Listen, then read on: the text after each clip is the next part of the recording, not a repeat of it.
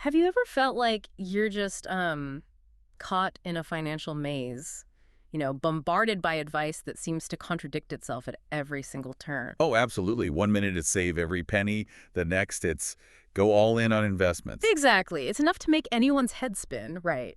Leaving you wondering if there's maybe a clearer path, a simpler way to understand how money really works. hmm And if you felt overwhelmed by all that, or maybe unsure who to trust, or even where to begin your own financial journey, well, you're definitely not alone. Well, today we're embarking on a deep dive into a book that has been challenging, inspiring, and yeah, sometimes even provoking conversations about money, investing, financial education for nearly 3 decades now. We're talking Robert Kiyosaki's Rich Dad, Poor Dad. That's the one. Since it came out back in 1997, this book hasn't just topped bestseller lists. It's become this global phenomenon. It really shook up conventional wisdom. It absolutely did. It fundamentally reshaped how millions of people across the world perceive financial success. Yeah, it's probably a book that's been recommended to you by a friend or you've seen it debated in online forums. It's definitely left a mark on the whole personal finance landscape. No question about it. So for this particular deep dive, we've pulled together a pretty robust stack of sources. We want to give you the most comprehensive and balanced understanding possible. Right. We're drawing insights from detailed summaries, places like Times Now, Mint, FinCart, Sam Thomas Davies' site. Yep, and analytical perspectives from bookbrowse.com too. And, because Kiyosaki's ideas often spark such passionate debate, Oh, they certainly do. we've also delved into some of those lively and sometimes sharply critical discussions you find on Reddit threads, just to capture the full spectrum of opinion. Good idea. It helps to see all sides. Our goal here is really to extract the most important nuggets of knowledge, kind of give you a shortcut to being well-informed about this incredibly influential and, yeah, sometimes controversial book. Makes sense. Our mission today is pretty clear. We're here to unpack the core philosophies that underpin Rich Dad, Poor Dad. We'll meticulously explore the common money myths it so famously aims to debunk. And delve into its key lessons, the ones designed to guide you towards financial freedom. Exactly. And of course, we need to address the ongoing discussions and critiques that inevitably surround Kiyosaki's very unique approach. Right. Tackle the controversy head on. We want to help you cut through any noise, understand the foundational concepts, and really grasp what Kiyosaki means when he talks about how money truly works. Okay. Sounds like a plan. Okay, let's unpack this deep dive into Rich Dad, Poor Dad and see what Kiyosaki's two remarkably contrasting father figures can teach us about our own financial lives. Yeah, what's truly fascinating about Rich Dad, Poor Dad is how Kiyosaki sets up this core dichotomy right from the very first pages. Mm. It's not just a storytelling trick, it's the entire narrative backbone of the book. Right, it's all built around his experience learning from these two really distinct but equally influential father figures. Precisely. And that approach immediately highlights something crucial. That financial success isn't solely about how smart you are academically, how many degrees you pile up, Mm-hmm. but it's about adopting a fundamentally different mindset, a whole different way of thinking about money itself. That's right. And the contrast couldn't be starker, could it? On one hand, you have Kiyosaki's biological father, who he calls Poor Dad.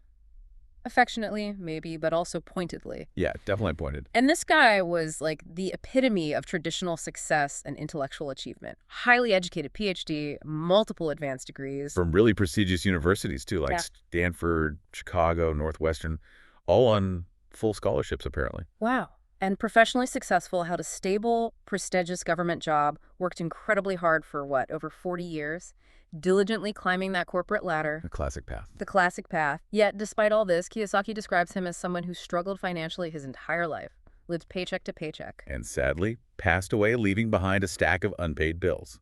That's the kicker. It really is. And Poor Dad's philosophy was just deeply rooted in that conventional wisdom. Beliefs like the love of money is the root of all evil. Or the classic, stay in school and study hard, get good grades, find a secure job. That's the mantra, right? His priority was always job security, loyalty to an employer, that safe, predictable route. Then in this truly profound contrast, we meet Rich Dad. This is the father of Kiyosaki's best friend, Mike. And his background was completely different. Never even finished 8th grade, really. Exactly. But what he lacked in formal schooling, he more than made up for with this undeniable entrepreneurial spirit, a sharp, intuitive grasp of how wealth is really built. He wasn't working for others. He was building businesses, multiple successful ones from the ground up. Yeah, became one of Hawaii's wealthiest men by his 40s, apparently, and ended up leaving tens of millions behind to his family, charities, his church. A totally different outcome. And his belief system was the polar opposite of Poor Dad's. He thought the lack of money is the root of all evil. Quite a reversal. He strongly advocated for taking calculated risks, embracing continuous learning through real-world experience. And crucially, making money work for you, not the other way around. Not endlessly working for money. That's the core difference. And this dual mentorship, having these two strong figures even from such a young age, it seems like it was an incredibly powerful catalyst for Kiyosaki. You can imagine being a 9-year-old boy, seeing the stark differences in their financial realities, especially after seeing his wealthy friend's lifestyle. Yeah, he famously asked his own dad, Poor Dad, how to get rich. And his dad's response was pretty conventional, right? Something like, If you want to be rich, you have to learn to make money. Simple enough, but maybe not that helpful. right. And this question, combined with the conflicting advice and seeing the different outcomes, it forced young Kiyosaki to actually think, to compare their viewpoints, and ultimately choose his own financial path. That process of critical thinking, of weighing different philosophies instead of just accepting one, that seems more valuable than any rote learning. Definitely. It laid the groundwork for him questioning these deeply held societal norms about money later on. Indeed. And Kiyosaki vividly describes how Rich Dad then offered him and Mike a job at one of his convenience stores. For, what was it, 10 cents a week? A tiny amount. And apparently, young Kiyosaki was immediately frustrated, demanded a raise, but Rich Dad held firm. Yeah, refused to increase the wage. Not to be mean, though, right? It was a teaching moment. Exactly. He used it to explain a pivotal concept. The poor and middle class work for money. The rich Yeah. have money, work for them. It wasn't about the 10 cents. It was about the opportunity to learn that fundamental principle. That sparked the realization for Kiyosaki that rich people don't just chase paychecks. Right. They create systems, they acquire assets where money generates more money, often passively, Yeah. even while they sleep. It's a totally different paradigm for wealth creation. And they didn't just talk about it, they put this lesson into practice almost immediately, didn't they? Showed how quickly these ideas could be applied. Yeah, the comic book library story. Inspired by Rich Dad, they gathered old comic books people had discarded. But they didn't just collect them, they saw an opportunity. Set up this little library business in Robert's basement. Right. For a dime, neighborhood kids could rent comics for a whole day. And it was apparently an instant success, generating passive income, what was it, almost $10 a week, which was a lot for kids back then. A huge amount. And it was their first real tangible taste of money working for them while they weren't actively, scrubbing floors or something. A massive contrast to his poor dad, who spent 40 years trading his time directly for money. This early practical application just solidified that core idea, assets generating income. It wasn't just theory, they lived it. It's such a powerful illustration, almost symbolic of the contrast in mindsets Kiyosaki wants us to grasp. You've got poor dad, all the degrees, struggling paycheck to paycheck. Despite the hard work and the prestigious career. And then rich dad, no formal schooling, systematically building wealth by focusing relentlessly on acquiring income-generating assets. It's not just a story, it's the foundational lesson. Different ways of thinking, different approaches to money lead to vastly different outcomes. Exactly. It establishes Rich Dad's core belief. Financial smarts come from calculated risks, continuous practical learning, understanding how to make money work for you. And crucially, striving to be an owner of assets, not just a worker bee. Precisely. Okay, so Kiyosaki doesn't just present these two contrasting mindsets and, leave it there. He uses them as this powerful lens to actively challenge and, frankly, debunk several really deeply ingrained beliefs about money. Beliefs that often unknowingly hold people back financially. Yeah, these aren't minor points either. They're what he sees as foundational shifts in perspective that he really encourages you, the listener, to adopt. Let's get into them. What's the first big one? Well, one of the most pervasive myths Kiyosaki tackles head-on is myth 1. You need a high income to become rich. Ah, yes. The classic. Earn more, get richer. Seems logical, right? It's deeply held conventional wisdom. We're conditioned to think the bigger the paycheck, the richer we'll inevitably become. But Kiyosaki's counter is pretty direct and actually quite liberating when you think about it. He says it's not how much money you make. Right. It's how much you keep, how hard that money works for you once you've kept it. And, this is key, how many generations you manage to keep it for. Exactly. He points out, quite logically, that high-income earners can still absolutely be trapped in that rat race, still struggling financially if they don't manage their money well. Or if their spending just keeps pace with their income, right? Or if they lack the knowledge to make that money grow. Precisely. So, Rich Dad's lesson here is crystal clear. True financial independence, true wealth, comes from acquiring assets that generate passive income. Not just relying solely on a high-paying job. The poor and middle class work for money. The rich have money working for them. It fundamentally challenges that traditional work harder, climb the ladder mentality. It suggests focusing on financial literacy, smart investments. They can be way more impactful than just chasing a bigger paycheck. It's about building a system, not just earning more. Got it. Okay, what's next? Then there's myth 2. Your home is an asset. And oh boy, this is arguably one of the most controversial points in the entire book. Here's where it gets really interesting, right? And yeah, the point that often sparks a lot of debate, the idea that your home might not be your greatest asset. Kiyosaki offers a very specific, and for some people, quite radical, redefinition. He clearly states, an asset puts money in your pocket. A liability takes money out of your pocket. Simple, but profound in its application. And this is where the home comes in. He argues your primary residence, the place you live, often falls into the liability category based on his definition. Think about it. A home usually comes with ongoing expenses. Mortgage payments, property taxes, insurance, maintenance, utilities. All things taking money out of your pocket month after month, year after year. Exactly. Now, sure, a home can appreciate in market value over time, but it doesn't generate income for you unless you rent it out or sell it. So Kiyosaki encourages a different approach. First, acquire income-generating assets, rental properties, dividend stocks, businesses, things that create passive income streams. And then, he suggests, you use that income to pay for your home. Now, the critical nuance here, and it's vital for you listening to consider this, accountants and traditional finance do classify a home as an asset on a balance sheet. That's standard practice. Right. But Kiyosaki's point is more about a mindset shift. He's pushing you to think about the cash flow impact of everything you own.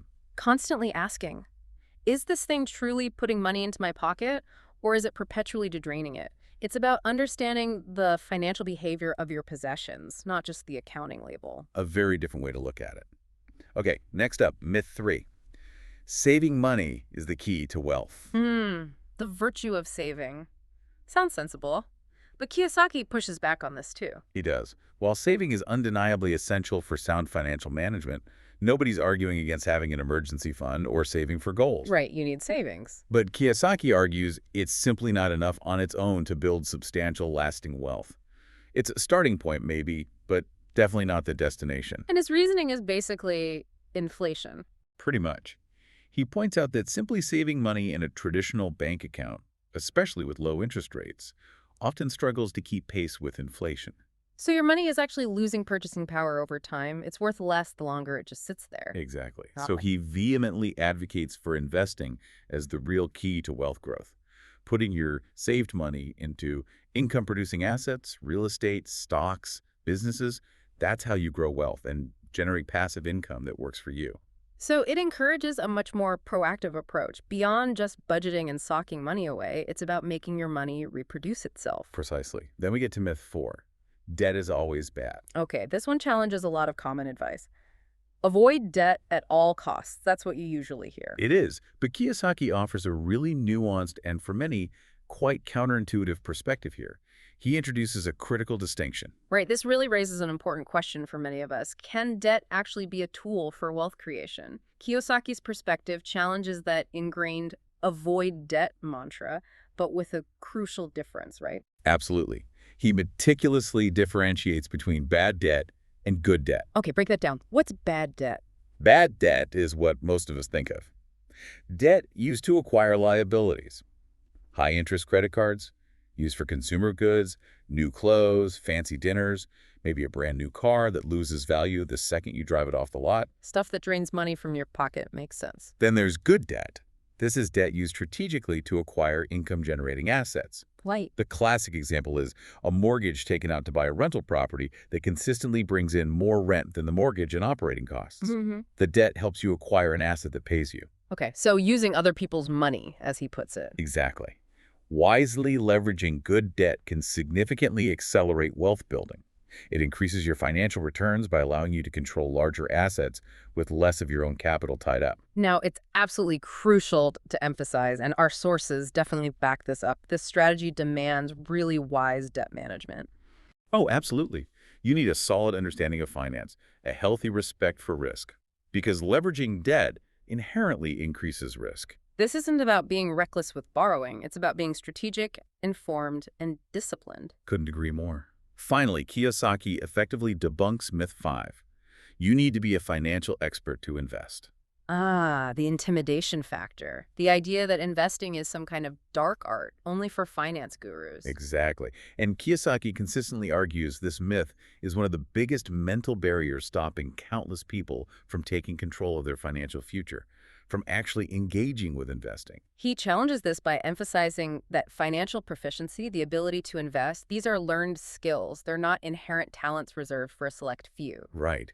He shares his own journey learning from Rich Dad, who, remember, had zero formal financial education, but possessed profound practical wisdom. So he really encourages you, the listener, to actively seek out financial education.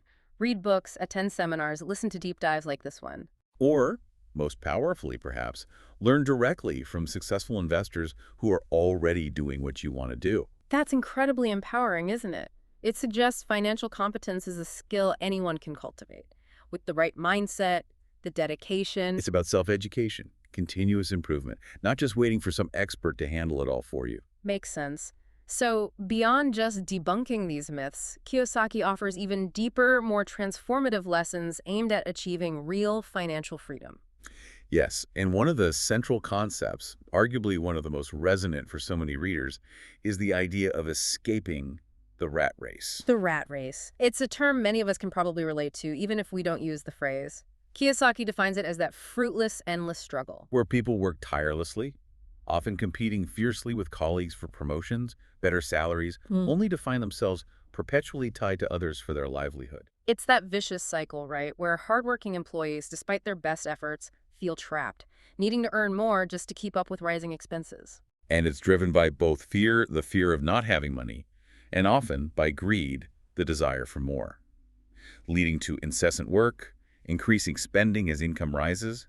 It's a treadmill. So the escape, according to Kiyosaki, isn't just about quitting your job tomorrow. It's about strategically establishing other streams of income outside your traditional work. Right. To become truly financially independent. Shifting your mindset so you create systems where money works for you, even while you sleep. Allowing your money to generate more money.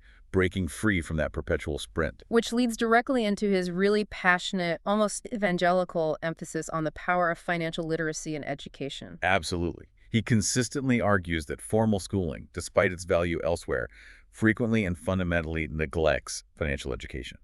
And that omission, he contends, leaves countless people, even highly educated, professionally successful people, financially illiterate, vulnerable. They know how to earn money, but not necessarily how to manage it, protect it, or make it grow effectively. Yeah, this is a truly critical point. If we connect this to the bigger picture, financial education isn't just a nice to have. It's absolutely essential for navigating today's complex economy, especially when traditional education often falls short. Financial literacy, in Kiyosaki's view, is way more than just balancing a checkbook. It's about deeply understanding how to manage money, retain it, and crucially, make it work for you. Understanding cash flow, distinguishing real assets from liabilities, comprehending investments. Exactly. It's the very foundation for building sustainable wealth. It empowers you to make informed, proactive decisions rather than passively getting caught in that rat race, just reacting to economic pressures. It's about taking the reins of your own financial destiny. Another cornerstone principle he advocates is to mind your own business. Now, this doesn't necessarily mean quit your job and start a company tomorrow, right? Though maybe for some it does. Right. It's more a profound shift in focus. Kiyosaki urges readers to concentrate diligently on building their asset columns, not just focusing on their income statements from a job. Because most people spend their lives working tirelessly to make others rich. Their employers, the government via taxes, banks via mortgages. Exactly. They are, in essence, building other people's businesses, other people's asset columns. So his definition of real assets, the ones that build your asset column, is quite specific. What falls into that category for him? Okay, he lists things like businesses that don't require your constant physical presence, They're managed by others or run by systems. Okay, so not just trading time for money in your own business. Right. Also, income-generating real estate, like rental properties producing cash flow, stocks and bonds that pay dividends or interest, notes essentially IOUs, where you're the lender earning interest. Intellectual property, too. Yes, royalties from intellectual property, music, scripts, books, patents, and basically anything else that has inherent value consistently produces income or appreciates significantly and has ready liquid market. The core principle here is pretty transformative. Once a dollar goes into your asset column, it's not just spent, it becomes an employee. A tireless worker. 247, potentially for generations, generating more wealth for you. Which is why he has that famous line, "Rich people buy luxuries last, while the poor and middle class tend to buy luxuries first." Exactly. A true luxury, in his philosophy, isn't bought with earned income. It's a reward you can comfortably afford after you've invested in and developed a real asset that generates the income to pay for it. It flips the whole consumption model. Okay, that makes sense. What else? He also stresses the paramount importance of changing your motivation from working for money to working to learn. The contrast between the dads again. He said, job security meant everything to my educated dad. Learning meant everything to my rich dad. That really encapsulates a profound difference in life strategy, doesn't it? It's a significant shift in perspective. It could really impact your career choices. It means prioritizing jobs not just for the paycheck. But for the valuable learning opportunities and skill development they offer. Kiyosaki suggests seeking roles where you gain expertise in things like investing, sales, management, accounting. Skills that are universally applicable, that directly help build your own asset column. Right. He contends the world is full of incredibly talented, highly educated people who still struggle financially because they lack essential business sense or skills beyond their core profession. Especially crucial ones like sales and marketing. He calls these critical management skills for success, managing cash flow, systems, people. So the takeaway for you listening is clear. Evaluate your current role or any future job, not just by the salary. But by the tangible skills and knowledge you're acquiring. Are they empowering your financial future? Are you just earning, or are you truly learning and growing? A powerful question to ask. Kiyosaki also delves into the often complex and frankly intimidating world of taxes, money planning, and corporations. Right. He presents a compelling, though definitely controversial view here, that the rich strategically use corporations as tools. Tools to legally reduce their tax burden and protect wealth, leveraging what he provocatively calls legal tax loopholes. And his explanation of how this works is quite insightful, isn't it? He highlights that corporations operate under a different tax structure than individuals. Exactly. A corporation typically earns revenue, then gets to spend everything it legally can on business expenses, supplies, cars, certain compensation before it's taxed on what's left. Whereas individuals typically get taxed on their income before most personal expenses. Think of it like this. An individual might earn $70, pay tax on that whole amount, then buy a laptop with after-tax money. Okay. A small business, structured as a corporation, might earn $70 K, buy that same laptop as a legitimate business expense, reducing its taxable income to maybe 68 Ks, and then pay tax on that lower amount.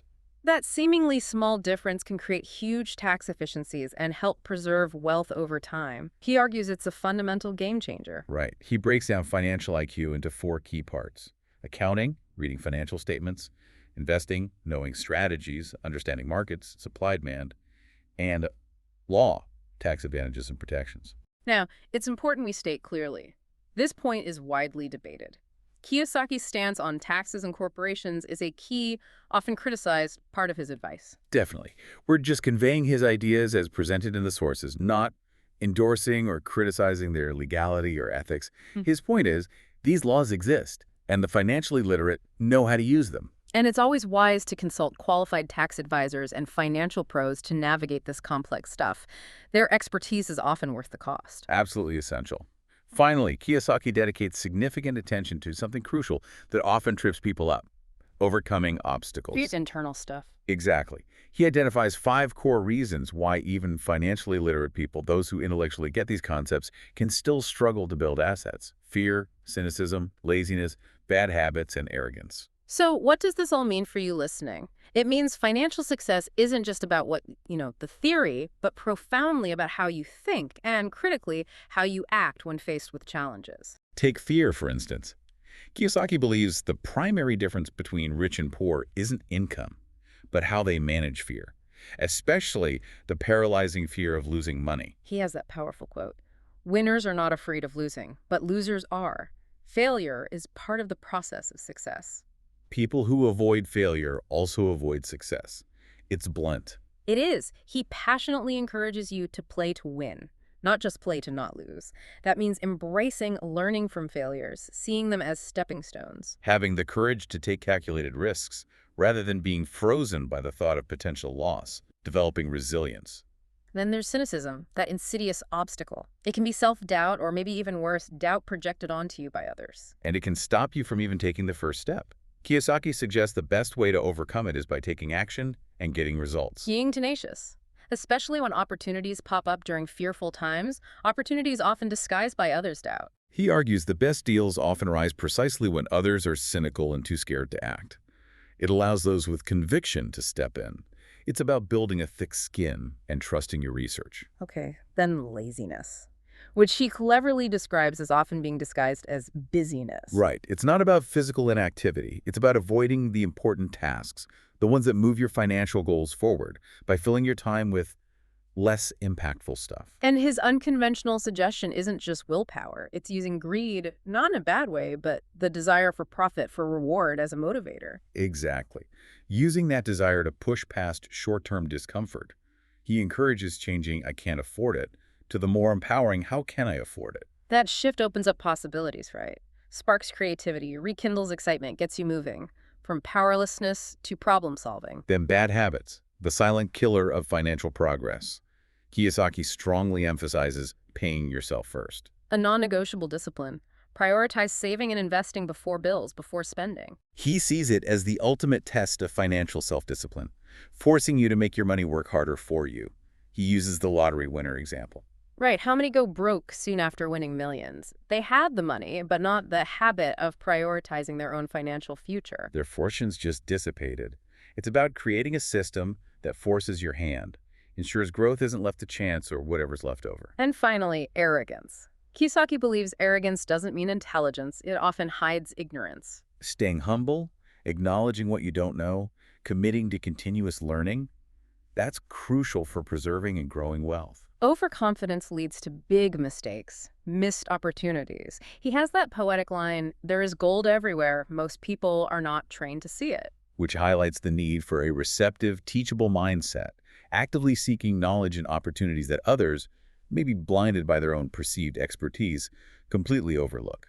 Open eyes, curious mind. Okay, so this brings us to a really crucial point about Rich Dad, Poor Dad, or really any powerful, influential idea. It's rarely black and white, is it? Exactly. It exists in shades of gray.